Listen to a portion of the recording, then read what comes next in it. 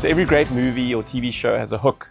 That first 5 minutes where there's a crazy car chase or you know, something washed up on a beach, some mysterious activity that really hooks you. And then you know that you're in a Western, or you know you're in a murder mystery, or you know you're in some sort of bizarre alien movie. There's a theme. There's something that's hooked you. And the world of wine storytelling is exactly the same. There's 5 key storytelling themes that we've identified that we can really dig into in your storytelling. So let's do that. So the first is the rebel or the underdog. There's so many stories around this, David and Goliath. So many stories are centered around this. And for us, one of the themes that you can focus in on is that underdog, that individual that decided, I'm going to do something against the grain.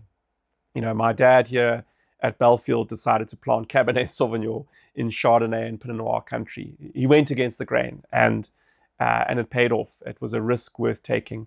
David Trafford, another understated, humble legend, decided to plant vineyards in this area of South Africa which had no vines. It had ostriches and rocks. And Malchus became a new wine of origin, and Seine vineyard was born. These beautiful vines growing in these pudding bowl rocks, amongst these pudding bowl rocks, and producing incredible Mediterranean wines. Ken Forrester, in hospitality, working in hotels, took a massive risk, literally cashed in every piece of saving and bought a small farm in 1994 in Stellenbosch and begun his journey as a winemaker. That is the rebel, that is the underdog. People really identify with that story. Then in South Africa, we have the dynasty, the heritage, these fantastic stories of wineries that have been producing wine or growing grapes for hundreds and hundreds of years. South Africa is one of the oldest wine producing regions outside of Europe, over 350 years old. So think of a winery like Antonie Rupert, which is also a legacy for Johann Rupert's brother who passed away tragically. Antonie Rupert is all about legacy. It's all about honoring the early settlers in the Franschhoek Valley that produced incredible wines from that French Huguenot roots. Then we have the Caretaker brand. And that's one that we really, really identify with at Under the Influence, because the Caretaker brand is invested in conservation and community, or one or the other, or both. Think of a brand like Paul Kluwer that gives over half of its land back to conservancy, that is invested in alien vegetation eradication, corridors for wildlife. Think of Bosman, that has so much investment in their community. They're a fair trade brand. Their staff are shareholders in the winery. They've got daycare centers, schools on the farm, which I would be delighted to send my daughter to. Fantastic, fantastic schooling.